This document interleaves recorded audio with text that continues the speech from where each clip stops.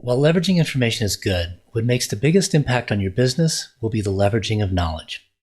Yes, information is vital in many ways, but leveraging knowledge is more important than anything. And the most valuable thing you can do with your knowledge is to get results.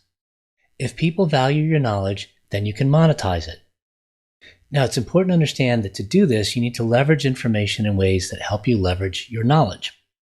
Two key skills that will enable you to monetize knowledge in the modern world are being able to let as many people know that you have the knowledge they're looking for, then systematically delivering that knowledge in a way that's streamlined and efficient.